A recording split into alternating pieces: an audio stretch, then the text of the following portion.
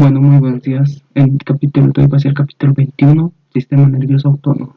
Con respecto al sistema nervioso, tenemos que se divide en sistema nervioso somático y sistema nervioso autónomo, ¿no? Y el sistema nervioso autónomo se conoce como neurovegetativo. ¿Ya? Vamos a ir descifrándoles. El sistema nervioso somático es lo que hemos ido estudiando. Si se acuerdan, es el tema 1, ¿no? Les he ido mencionando. Y tenemos que tener en cuenta que es más que todo se relaciona con la contracción muscular esquelética correspondiente por medio de las vías piramidales, ¿no? Ahora, el sistema nervioso autónomo se encarga más que todo de los órganos, de la inervación, tanto que dentro de los órganos nos va a ayudar a hacer una homeostasis, de los cuales vamos a tener un equilibrio casi constante dentro del medio interno del cuerpo. Eso nos interesa del sistema nervioso autónomo, su función. Gracias a que podemos hacer esta homeostasis, gracias a los reflejos viscerales, reflejos sensitivos y los reflejos motores que podemos ver. Ahora, todo el sistema nervioso se realiza por medio de un sistema subconsciente, o sea, nosotros no lo controlamos, mientras que el sistema nervioso somático es consciente. Eso va a ser la diferencia, ¿ya? Hay que ir a desarrollar el sistema nervioso autónomo y por otro lado vamos a ver el sistema nervioso somático, de lo que lo hemos visto, ¿no? Si se acuerdan, dicho sistema nervioso somático va a tener nervios correspondientes, uno conocido como el nervio sensitivo, otro como los nervios sensoriales, otro como los nervios motores. ¿Ya?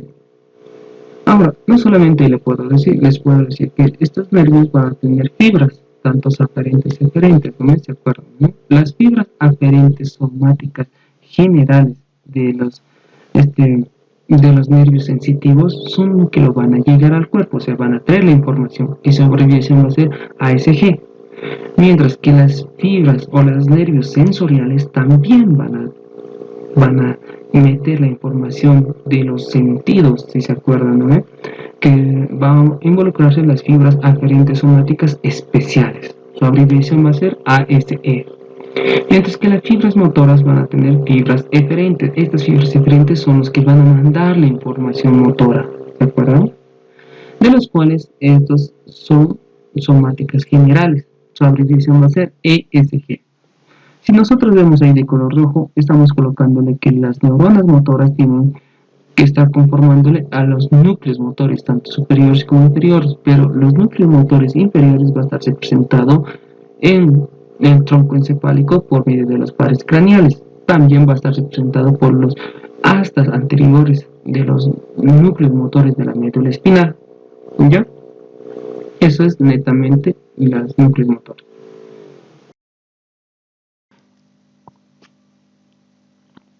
Si vemos ahí, las neuronas sensitivas van a estar representadas más que todo con los ganglios sensitivos somáticos.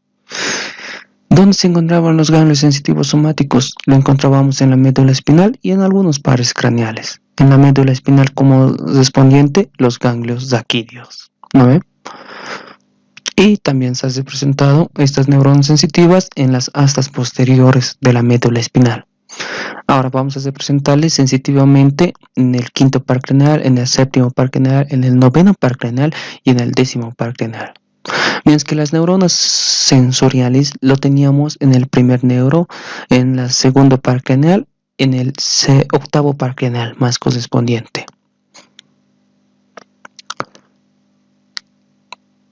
¿Qué más podemos ver? Podemos ver el desarrollo del sistema nervioso autónomo, ¿no ve?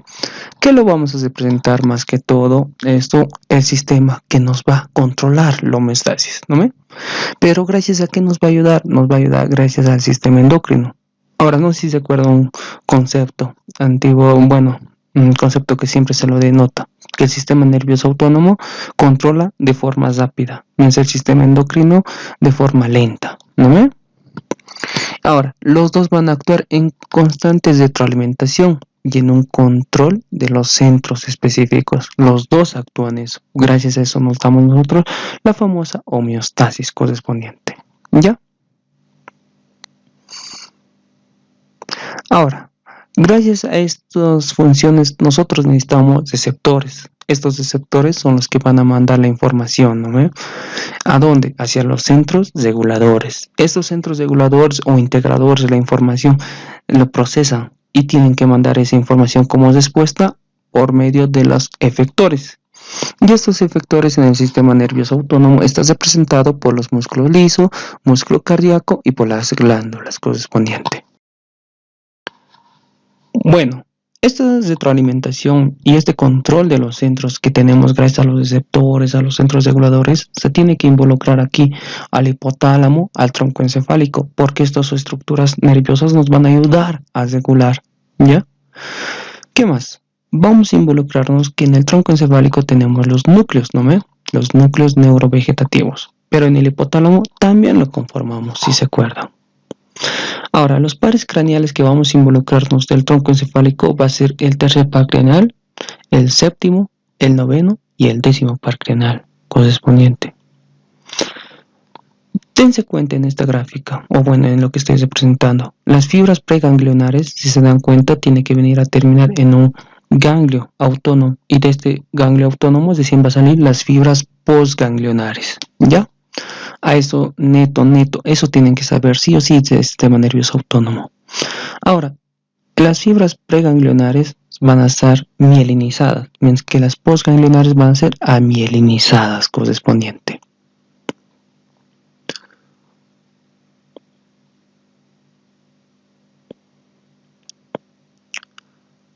Vamos a involucrarnos también en algunos núcleos de la médula espinal correspondiente. Tenemos que tener en cuenta que esta columna vamos a tener, digamos, diferentes porciones. Y una porción es conocida como la columna toracolumbar.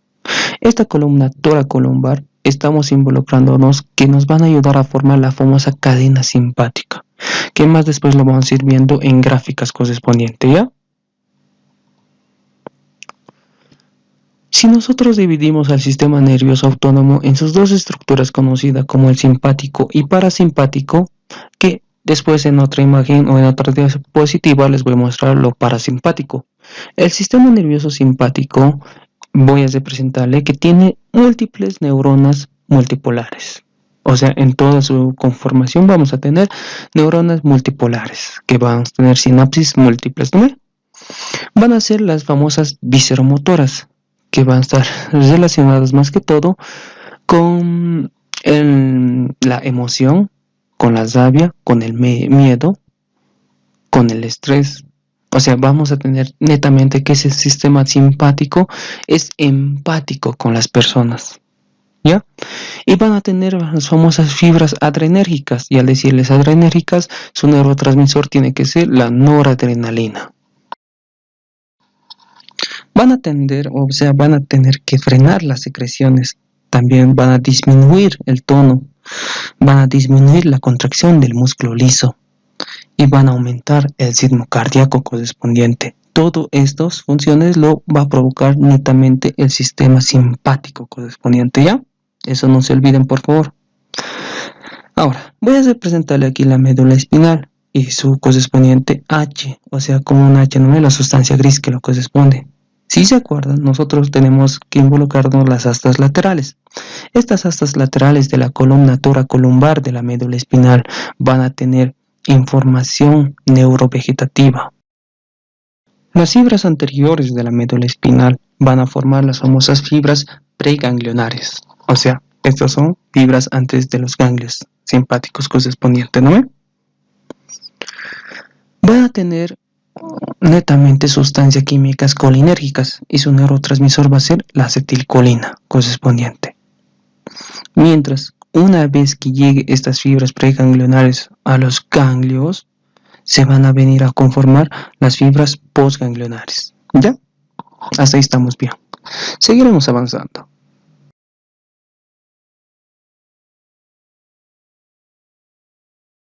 La médula espinal simpática se va a extender aproximadamente desde la T1 hasta la L3. Algunos autores lo dan así, pero el libro que estamos tomando como base lo toma así. ¿Está bien? Ahora, estas fibras preganglionares les dije que van a ir a los ganglios, ¿no? Unos van a ir a los ganglios prevertebrales y otros van a ir a los ganglios paravertebrales. entiendan el término, pre y para, ¿ya? Al decirles pre, les estoy diciendo por delante, ¿no ve? Y estas prevertebrales son los que van a venir a formar los famosos plexos, el plexo celíaco, el plexo aórtico senal, el plexo mesentérico. Mientras, al decirle los ganglios paravertebrales, son los que van a venir a formar la cadena simpática, que va a estar conformado por 3 segmentos. Un segmento llamado segmento cervical, otro segmento llamado toracolumbar y el otro segmento pelviano. Con respecto al sistema nervioso simpático correspondiente, o sea, desarrollándole ya por medio de segmentos, tenemos el primer segmento que les dije que es el cervical. Luego tenemos el toracolumbar y por último el pelviano, que vamos a hacerlo. Con respecto al cervical, está representado por 3 ganglios correspondientes, uno conocido como el ganglio cervical superior, el otro conocido como el ganglio cervical medio y el otro va a ser conocido como el ganglio cervical inferior, o también se lo llama cérvico torácico, porque está involucrado con la porción torácica también, mediante algunos nervios lo manda, ¿ya? Seguiremos. A ver, hablaremos primero del primer ganglio, el ganglio cervical superior, ¿ya? Pero antes se lo voy a representar en una parte de la imagen. La continuación de la arteria carótida primitiva se divide en carótida interna y carótida externa, ¿no? Eso es muy importante para describírselos esta parte. Del ganglio cervical superior salen ramos, un ramo que es el ramo para los nervios cervicales C1 a C4, otro ramo va a salir para formar el nervio cardíaco cervical superior, que forma parte del plexo cardíaco. Y por último tenemos el famoso plexo pericarotidio, que está saliendo de este ganglio cervical superior. Si se dan cuenta, le he dado una vueltita a la arteria carótida interna, por eso se le va a envolver de este ganglio neto que sale. Hablaremos del segundo nervio, o del segundo ganglio, el ganglio cervical medio, que también nos va a dar 3 ramos, ¿no? Un ramo para los nervios cervicales C5 y C6, esos nervios que están involucrados en los plexo braquial y plexo cervical, ¿no? Otro nervio para formar el nervio cardíaco medio, y el otro va a ser el que va a venir a formar parte del plexo de la arteria tiroidea inferior. Miren, aquí tenemos la arteria subclavia, ¿no? Con sus ramas colaterales. Uno de esos es la arteria tiroidea, o más que todo el tronco tirocervical. De ese tronco tirocervical sale la arteria tiroidea inferior, y esa arteria tiroidea inferior está envuelta por este nervio que sale del ganglio cervical medio, ¿ya? Si nosotros hablamos del otro ganglio, del ganglio cervical inferior, también nos va a dar 3 ramos. Un ramo para los nervios cervicales C7 y C8. Otro nervio para los nervios cardíacos inferiores, para ir al plexo cardíaco, ¿no? El otro tenemos el ramo, o más que todo, el filete nervioso para la arteria vertebral. Miren, se lo va a envolver en vueltitas a la arteria vertebral.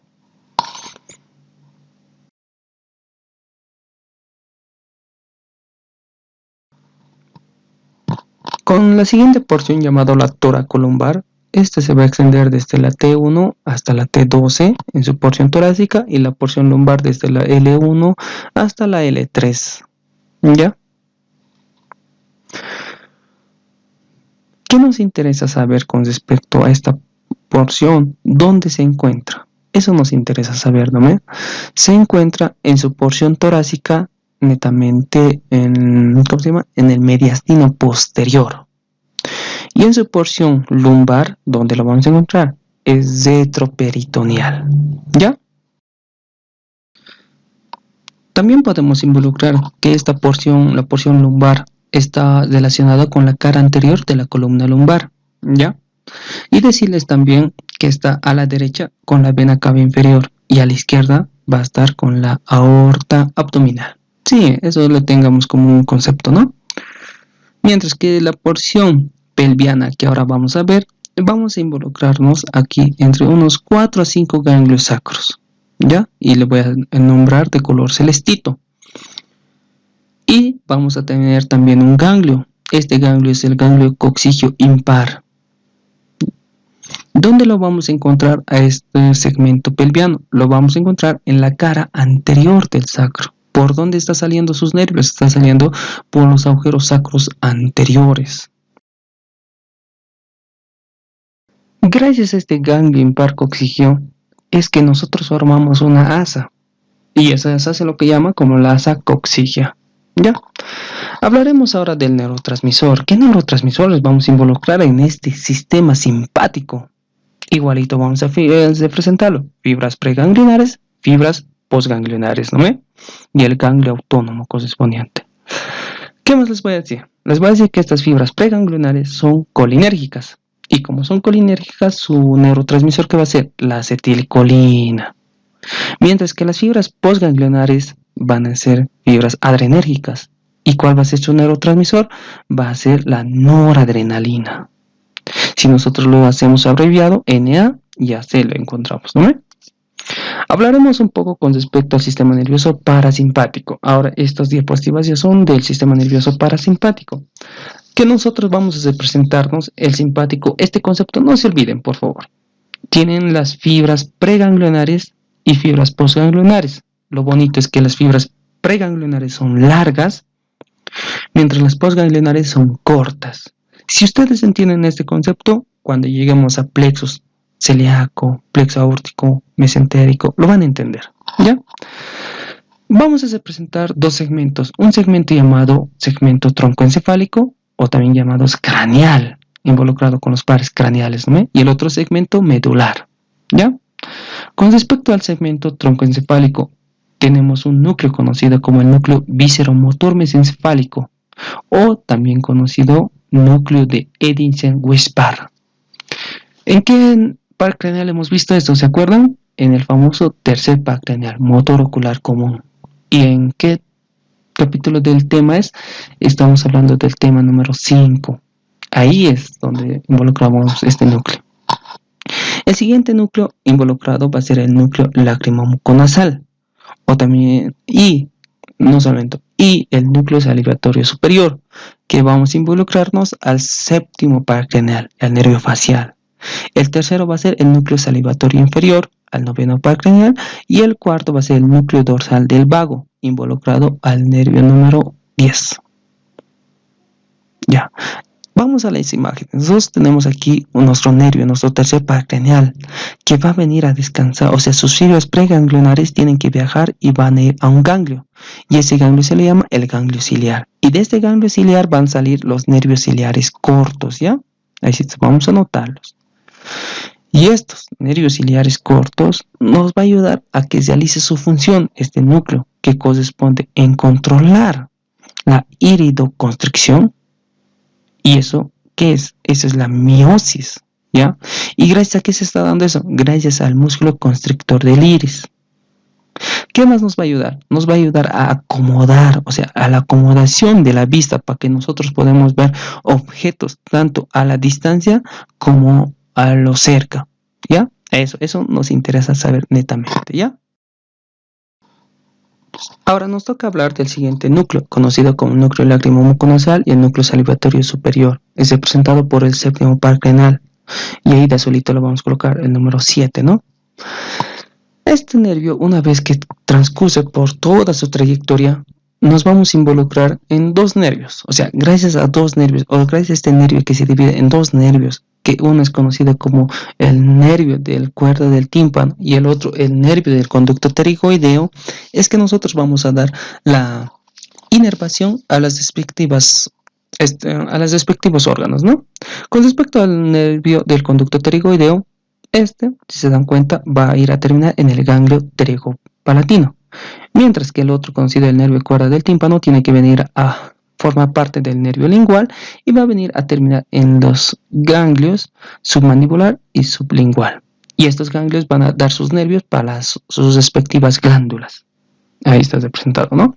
Con respecto al ganglio pterigopalatina, nos va a dar dos nervios, nervio lagrimal y el nervio mucoso-nasal.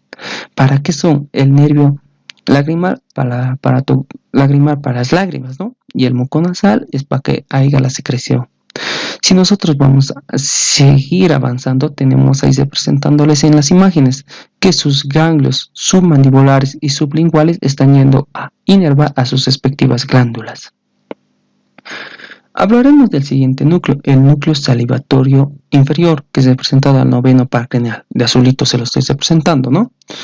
Dicho núcleo del noveno par craneal es que tiene que venir a formar parte del nervio timpánico. Y este nervio timpánico en la caja timpánica, o sea, va a dar un nervio, conocido como el nervio petroso menor.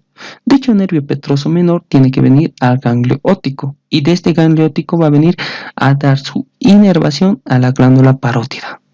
Eso sería lo más importante con este noveno par craneal.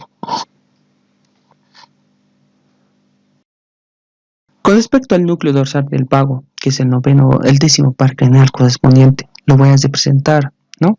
Este nervio es de Trolivar, ¿se acuerdan, no? Su origen aparente, origen sea. Ya, vamos a tener una porción conocida como la porción en el cuello, o sea, las vascularizaciones que va a dar en el cuello, las inervaciones que va a dar en el tórax, inervaciones que va a dar en el abdomen correspondiente. En el cuello, ¿a quién va a dar? Está dando a la tráquea, está dando a los ramos carotídeos correspondientes, que van a formar parte del famoso plexo cardíaco, ¿no? En el tórax está dando también al plexo cardíaco, a los pulmones a formar plexo pulmonar. En el abdomen va a venir a formar parte del plexo celíaco, del plexo aórtico mesentérico, ¿no ve?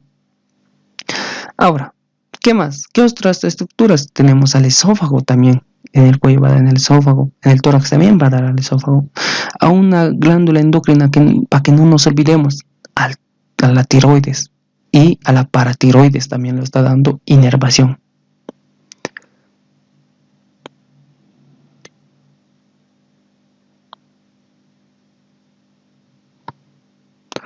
Ahora, mencionarles un poco del segmento medular, ¿no? Este segmento medular, el sistema parasimpático, estamos involucrando el S2, S3 y S4, que gracias a estos van a venir a dar los famosos nervios esplácnicos pélvicos, ¿ya? Y estos nervios esplácnicos pélvicos van a venir a formar parte del plexo hipogástrico inferior, que este plexo es muy bonito y muy importante, que después lo vamos a ir representando, ¿ya?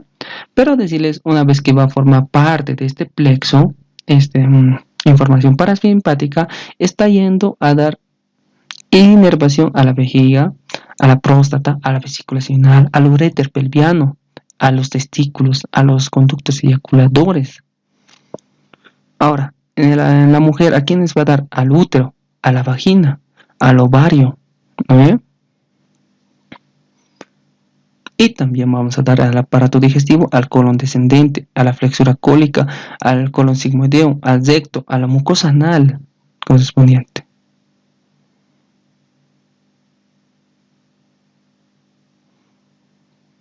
¿Para qué es importante en el segmento medular? Es importante para que se provoque la defecación, la micción, la eyaculación.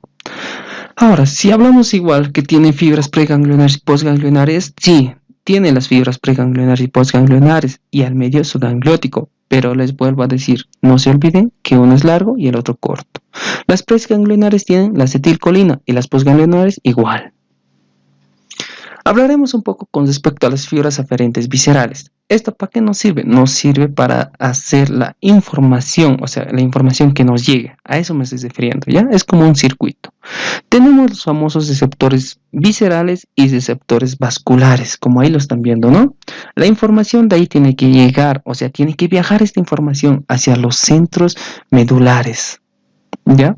Y los centros medulares van a provocar una respuesta, o sea, una vez que le llega la información, no se va a quedar parado, ¿no?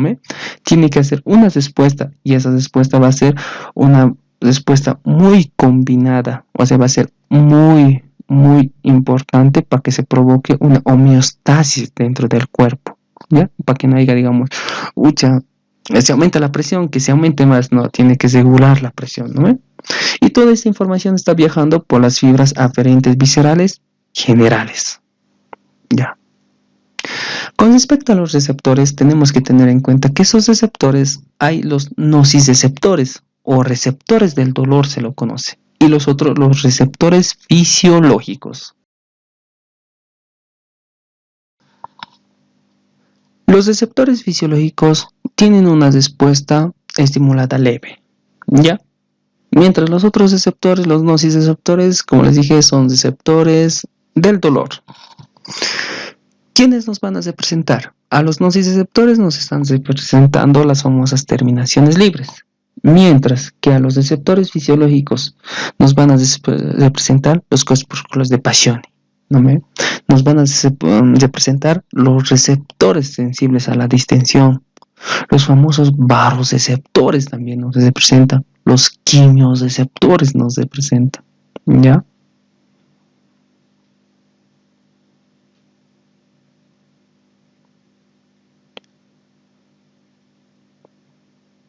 ¿Para qué va a servir estos receptores? Tanto los nociceptores va a servir para provocar una respuesta del dolor, ¿ya? O de un daño, mientras que los fisiológicos van a ser los responsables de llevar la información cuando haya un cambio físico, como aumento de la presión arterial, aumento de la saturación de oxígeno, ¿no? O bien una distensión, la distensión abdominal. Ay, ¿qué receptor me está llevando? Me está llevando a los receptores fisiológicos. A eso me voy, ¿ya?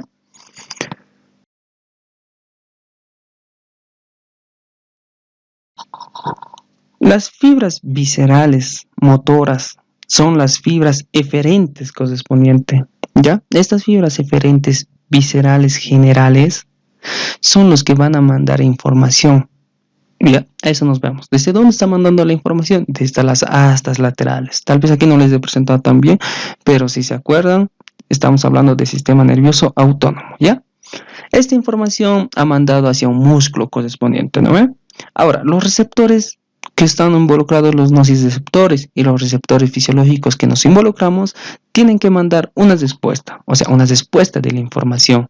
Y los nociceptores son, o sea, ¿cómo serían? Los más empáticos, los más amigos, porque estos nos mandan la información por los mismos nervios correspondientes. Van a venir al ganglio raquídeo posterior, van a venir luego a las astas posteriores de la médula espinal, ¿ya? Pero, ¿por medio de qué fibras? Las fibras sensitivas aferentes viscerales generales. Su abreviación es ABG.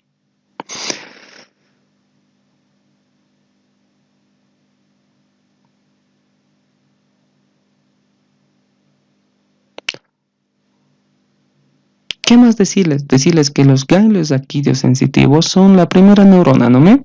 Y una vez que han mandado su información hacia las astas posteriores de la médula espinal, exclusivamente en la laminación 1, 2, 3 y 5, van a venir a conformar la segunda estación neuronal correspondiente.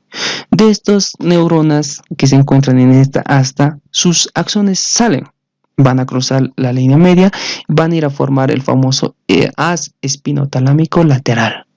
Y esta información del haz espinotalámico lateral es el que está viniendo a llevar o está llevando la información cruzando la médula oblongada, el puente, el mesencéfalo, terminando en el tálamo correspondiente, ¿ya? Y el tálamo va a ser nuestra tercera neurona. ¿Pero qué núcleos está involucrado? Va a ser involucrado el núcleo ventral posterolateral. Un núcleo es eso. Otro núcleo va a ser los núcleos intertalámicos. No sé si se acuerdan de la estructura intertalámica que les une a los dos tálamos. Ese está involucrado. Y también vamos a involucrar el hipotálamo como nuestra tercera neurona. Ahora, sus axones tienen que viajar a alguna parte, ¿cierto? No se pueden quedar ahí la información. ¿Y dónde va? A la corteza cerebral. ¿Dónde está viniendo a acabar? Está viniendo a acabar en la, ¿qué se llama? En la circunvalación límbica, en la cisura postcentral y en la frontal interna. Ahora, los receptores fisiológicos, estos no son tan empáticos, entonces su información van a llevar por las fibras aferentes de los nervios parasimpáticos correspondientes, o sea, se va a ir por el nervio vago y por los nervios pélvicos sacros, por ahí se va a preferir. Si vemos ahora las fibras aferentes parasimpáticas, involucrándonos igual dos porciones, una porción cefálica y otra porción medular. Ya así lo vamos a conocer. Con respecto a la porción cefálica, o sea, su información aferente, todo lo que lo va a llegar, tenemos que involucrarnos más que todo aquí dos nervios, ¿no? El noveno y el 10º par craneal. Bueno, estamos tomándole como ejemplo. Tenemos los famosos quimiosreceptores que se encuentran más que todo en la división de la arteria carótida primitiva, en el momento de la división en carótida interna y carótida externa, tenemos los famosos corpúsculos carotídeos. Dentro de estos se encontraban los famosos quimiosreceptores. Estos quimiosreceptores, su información tiene que mandar una vez que la presión arterial cambie, va a viajar la información por el noveno par craneal. Y si se dan cuenta, estamos viniendo a terminar en el ganglio inferior, y del ganglio inferior está viajando información de color verde hacia el núcleo del fascículo solitario, ¿ya? Y a este núcleo del fascículo solitario no se lo puede agarrar la información, tiene que viajar, entonces va a viajar por el famoso fascículo longitudinal dorsal. Por ahí está viajando. ¿Ya? ¿Hacia dónde? Hacia el hipotálamo. Ahora, la información no solamente se va así directo, también va a irse esta información hacia los famosos centros respiratorios. No sé si te acuerdan, en el tema 3 había una partecita donde les dije, al final del tema, ¿no? Tenemos los famosos centros respiratorios, centro del vómito, centros cardíacos, ¿no? Pero el centro respiratorio estamos involucrándonos gracias a este noveno par craneal. Si hablamos del décimo par craneal, nosotros tenemos que tener en cuenta que la información también se colecta del sistema digestivo, también está se colectando esta información. Igual está llegando hacia el hipotálamo, ¿no? Pero lo que nos interesa es saber esta partecita. Miren, en el callado aórtico tenemos unos receptores conocidos como los famosos varoreceptores. También están involucrados en la presión arterial, ¿no? También. Ahora, estos varoreceptores están viajando y están viniendo a terminar en el ganglio inferior, y de este ganglio inferior están yendo al fascículo solitario, al núcleo del fascículo solitario, de misma forma está viajando al tálamo, ¿ya? Ahora, para que no se olviden, los ganglios tanto del noveno y del décimo par craneal, los superiores están involucrados en la parte somática, mientras los inferiores en la parte autónoma. Hablaremos ahora de la porción medular, o también conocida la porción sacra, ¿ya? Esta porción sacra está involucrada a la S2, S3 y S4. Una vez que salen sus nervios, van a formar un nervio conocido como los nervios esplácnicos pélvicos, ¿ya? Estos nervios esplácnicos pélvicos son muy buenos porque tienen fibras aferentes viscerales generales y fibras eferentes viscerales generales. O sea, estamos mandando información por ahí y también podemos recolectar información por ahí. A eso me voy. ¿De dónde se colecta la información? De la vejiga urinaria, del uréter pelviano, de la próstata, de los testículos, del colon sigmoideo, del colon descendente, del recto, del útero, de la vagina correspondiente. ¿Ya? Toda esta información está entrando a la médula sacra y tiene que viajar, y está viajando y terminando en el gyrus postcentral, en el cíngulo y en la área prefrontal.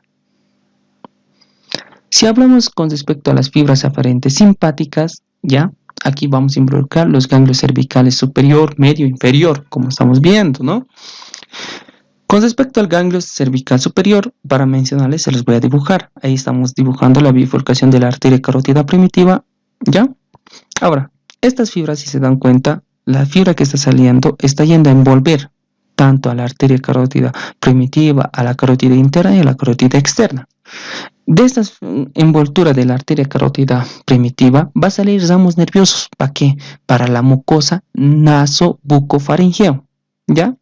El que le está envolviendo a la arteria carótida externa va a dar nervios o filetes nerviosos para las glándulas salivales correspondientes. Y el que lo va a envolver a la arteria carótida interna va a dar filetes nerviosos. ¿Para qué?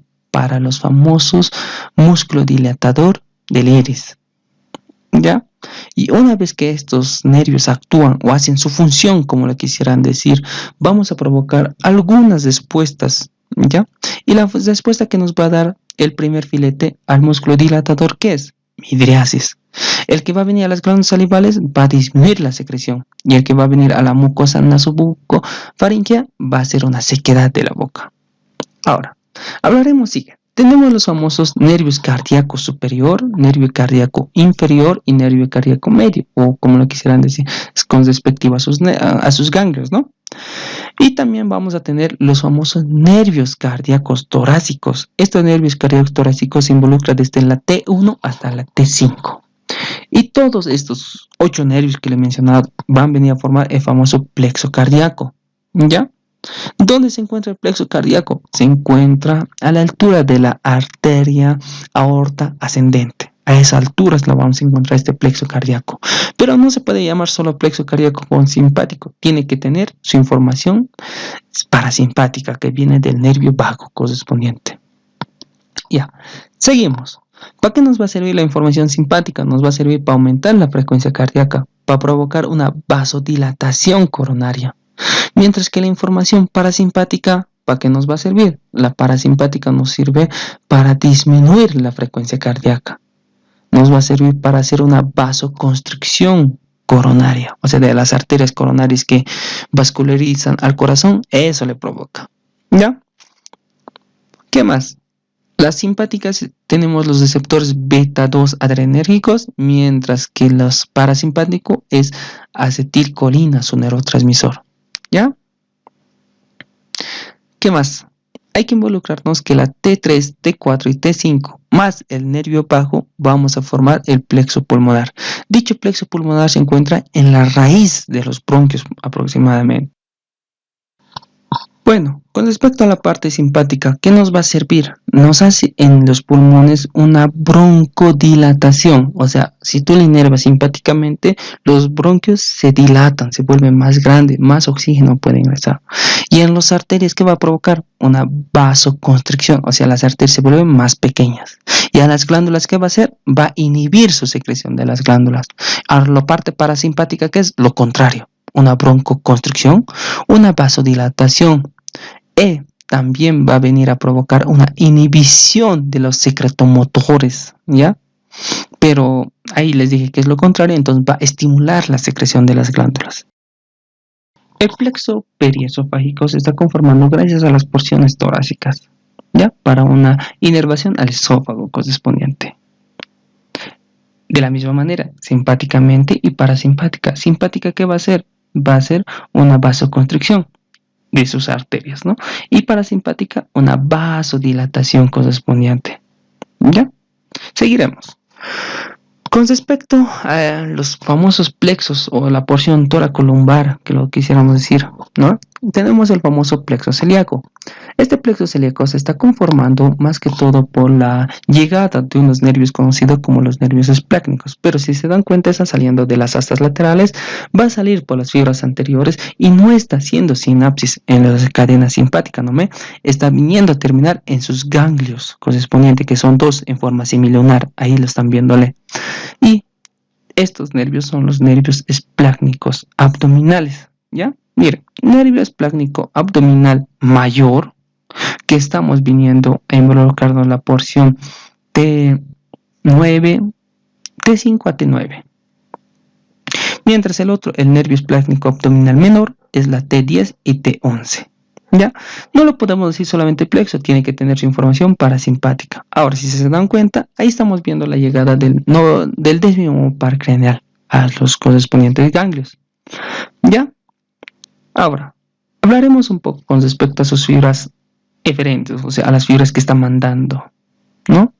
Y lo que está mandando va a ser a los ganglios mesentérico superior, unos tipo. Otros van a venir a acompañar a sus respectivas arterias al tronco celíaco correspondiente, ¿no ve?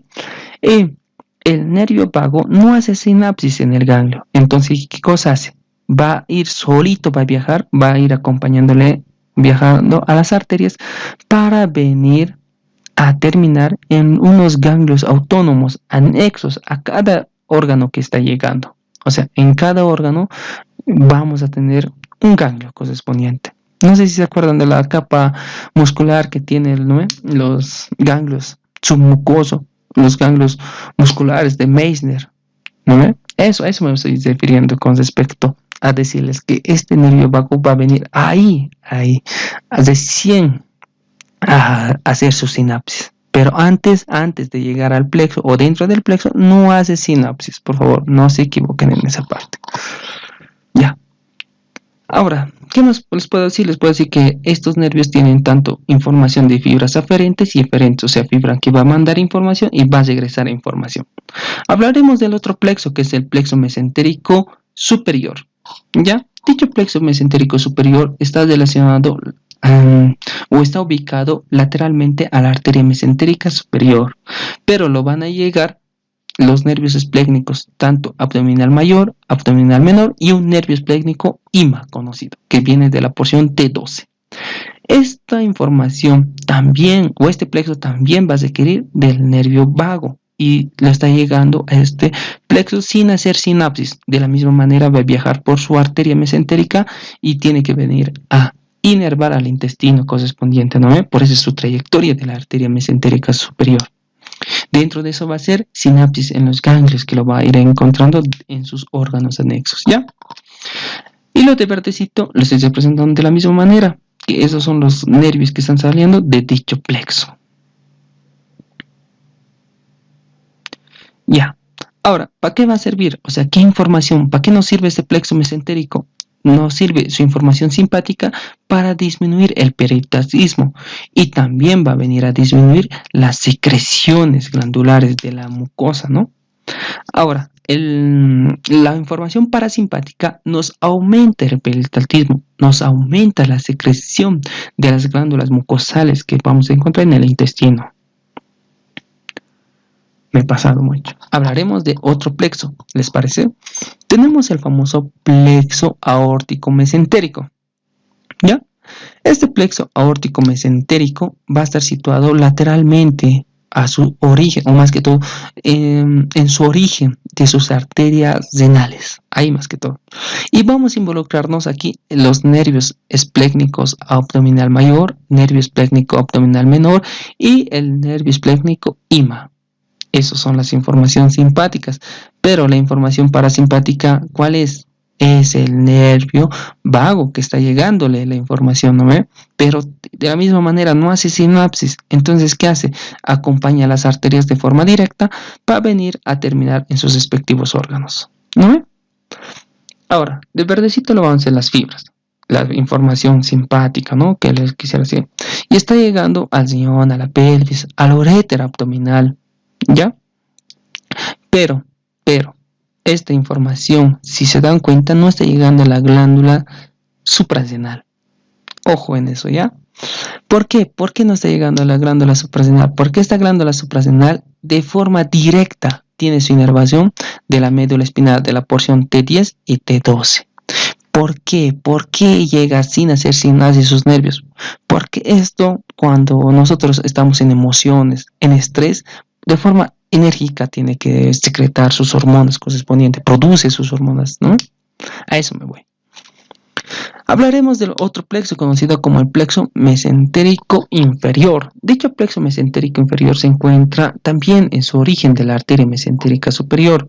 Recibe información, si se dan cuenta, del plexo mesentérico superior, está recibiendo su información, recibe su información también de los nervios esplécnicos lumbares, ¿ya? Pero lo bonito es que aquí no llega la información del nervio parasimpático, porque eso ¿quién lo va a dar? Lo va a dar la médula sacra, ¿ya? Ahora, ¿dónde va a venir a inervar? Está viniendo a inervar al colon descendente, al colon sigmoideo, a la flexura cólica inferior, al recto superior correspondiente. ¿Qué más?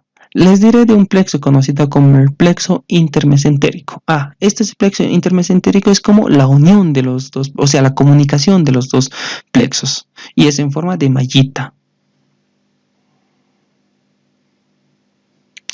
Hablaremos del famoso plexo hipogástrico. Este plexo hipogástrico tiene dos, uno superior, otro inferior. El plexo hipogástrico inferior es conocido como el plexo pélvico. Ahora, si nosotros mencionamos a nuestro plexo hipogástrico superior, que se encuentra entre la raíz de la arteria mesentérica y la bifurcación de la aorta, lo van a llegar dichos nervios, ¿no? Nervios T12, L1, L2, L3, o sea, los famosos nervios esplécnicos lumbares lo están llegando. Ahora, si nosotros tenemos en el lado derecha, está saliendo de las astas laterales la información sin hacer sinapsis. Miren, sin hacer sinapsis está llegando al ganglio mesentérico inferior. ¿Por qué? Porque el ganglio es lo que nos está representando su sinapsis. Antes no está haciendo sinapsis.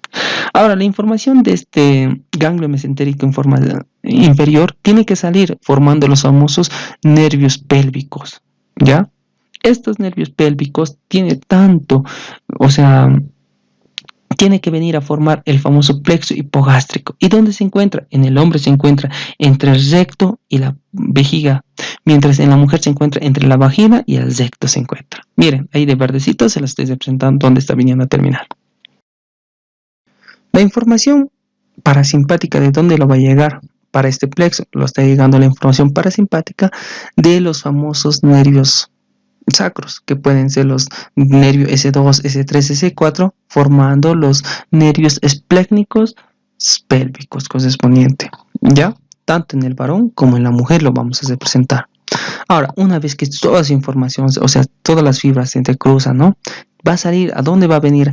A inervar.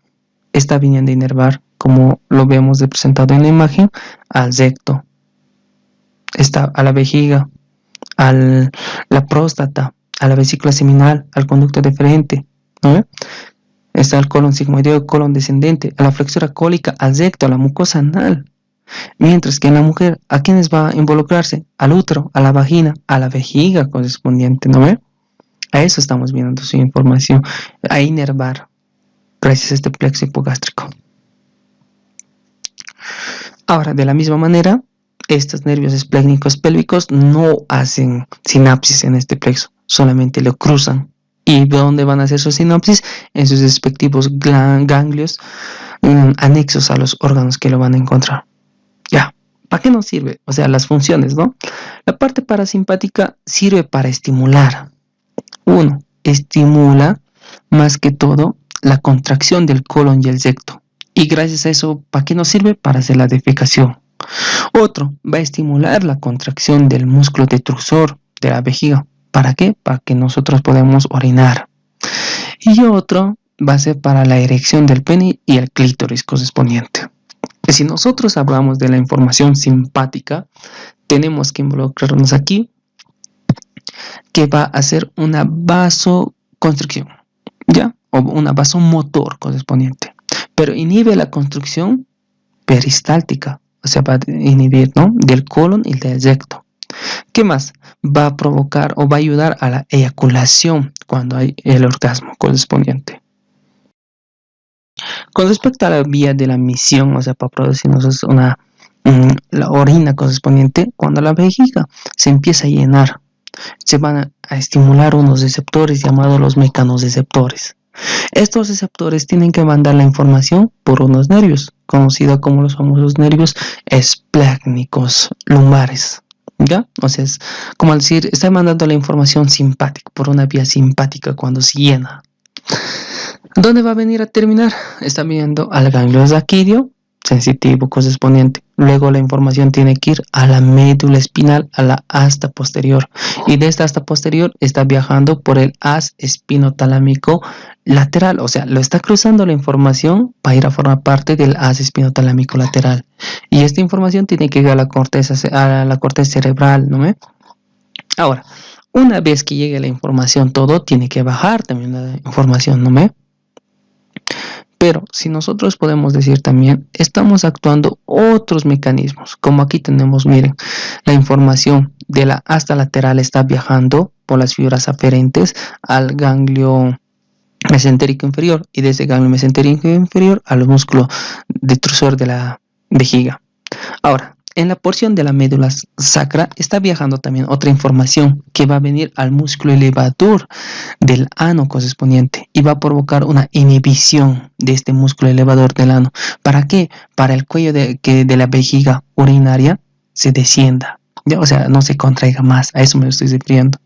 Y también va a mandar otra información hacia el músculo, hacia el esfínter urinario externo o esfínter uretral externo, para provocar una relajación y gracias a eso vamos a tener una, ¿cómo se llama? una micción, o sea, va a orinarse, ¿ya? Ahora, este núcleo, o más que todo, este nervio que va a originarse en la S3 es el núcleo de Oyner. Este núcleo va a viajar su información por el núcleo pudendo, y este es el que provoca relajación.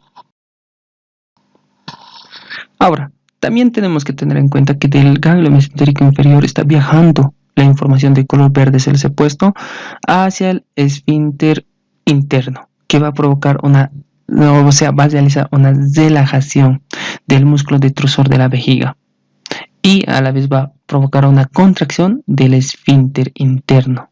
¿Ya? ¿Qué más? De las sustancias, o sea, de la médula sacral también está viajando otra información, mire, de las astas laterales, ¿no? Para el músculo detrusor de la vejiga y le va a provocar una contracción. Y esa contracción va a provocar un vaciamiento de la vejiga, o sea, orinamos gracias a eso.